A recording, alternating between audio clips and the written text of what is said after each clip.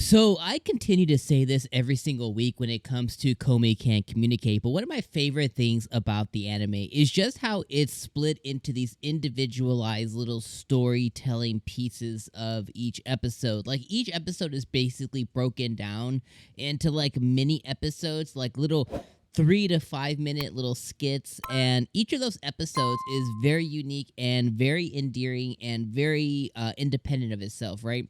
So like this episode was episode number 2 of season 2, and it starts off with Komi being very excited to go to school, and the tsunami hits, essentially like the hurricane tsunami hits, and she can't go to school, so she has to kind of deal with that. And during that whole entire scene, like the one of the things that ends up happening is, her power goes out, and it's like our boy Tadano, he just kind of has like that sixth sense. He can read the room, but he can read the room from far away. And he ends up calling her, and he's on the phone with Komi, and he hears that she gets scared. And Komi makes a huge breakthrough because as we've progressed through season 1, it kind of made it through all the way where we are now.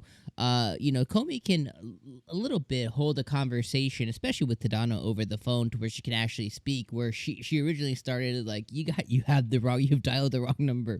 So she's definitely made strides. So the fact that him and her are having these little conversations, little mini conversations over the phone, is huge for Komi, and I really enjoyed that. That was really, really cute. I definitely loved that part of the episode quite a lot.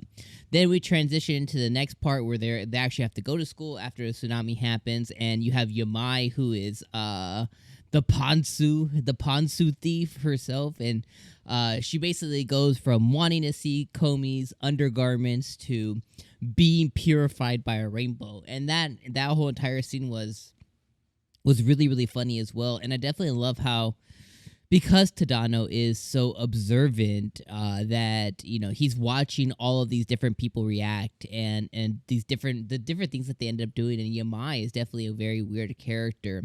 Then we transition to my favorite part of the episode, which was like the 3 dudes: the shinobi dude, the blonde hair guy, and the brown hair dude. Yeah, I don't remember what his name is. He's basically just a background character. So you have like the 3 background characters, and they're talking about who they would want to date from the class. And there's like a little PSA on the bottom that says like, this is all imaginary. None of this actually happened.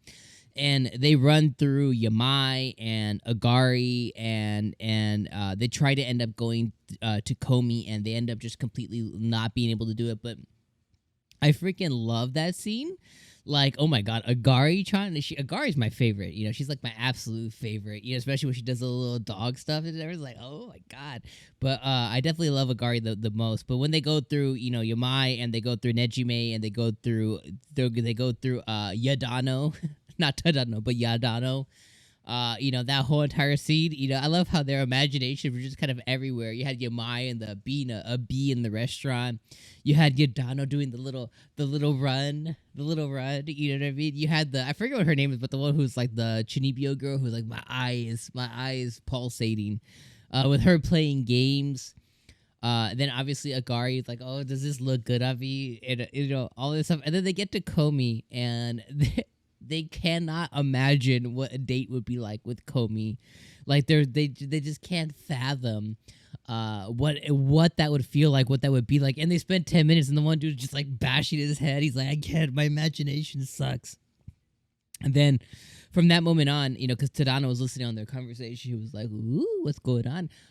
He ends up imagining himself what his ideal time would be like with Komi. And he has like a little business suit on. He offers to wash the dishes and all the other stuff. And I was like, oh, that's like so cute. And it's just what a moment that you see him just like, I can't believe it. I can't believe I fell for this. That was definitely my favorite part of the episode. Then obviously we have like the end part of it, where they're playing the Aishituru, the I love you game or whatever, which is so stupid. Where Yamai just basically concocted a game to where she just wanted to get Komi to tell her that she loves her. And eventually it comes down to her and Tadano. And Tadano starts to say it because freaking Najime keeps pushing him. She's like, hey, it's just a game. It's just a game. If you don't do it, you're saying you love her. You gotta do it. It's just a game. And he freaking Najime breaks her, or she breaks him. And Tadano breaks. He's about to say it. and then he puts Komi overloaded, and Komi just like, you know what I mean? And I thought that was really cute. I would say, not the good thing. So the really good thing about Komi Can't Communicate is that it is broken up into these little bite-sized chunks each episode, right? So each bite-sized chunk is independent of himself. They tell little baby stories inside of each other, but not all of them are made equal. Some of them are better than others. Some of them are just okay. But I'm thankful because of the way it does storytelling that even if you have one or two that is just kind of like, all right, or not that great, you have usually two or three other side stories that typically will bring that up. Like in this one here, I thought the cat one was really cute. I like the banter between the two cats. But I thought the overall story was okay. The puddle one, with the pantsuit stuff, like I thought that one was okay. But then the first one, the first story, then you have the boys, and then you had like the last one. I thought that one really elevated the episode. This is all just personal to me, but overall, I really feel like this episode is really good. I love how Tadano and Komi are getting a lot closer. I love when we get to see the side characters like Agari. Like I told you guys, Agari is my favorite. So I love when we get to see it. So anytime I get a little bit of Agari, anytime I see a little bit of Agari on my screen, it's a good day. But I'll leave you guys on those thoughts there. Another great episode of Komi Can't Communicate. A little bit of a struggle bus to actually find this episode. It's been a whole thing where it was supposed to happen yesterday, but it didn't happen till today. And depending when you're watching this, it was supposed to happen on the 13th, but it didn't actually happen till the 14th. It launches on the 14th in Japan, but that was really yesterday, so it's a whole thing. So Komi Can't Communicate uploads might be a little bit sporadic because we're just really waiting on the fans to sub it. But thankfully this morning we were able to find one. So let me know what you guys thought about this episode down in the comments below. As always, leave some love, leave some likes, and subscribe before you guys leave. Peace out.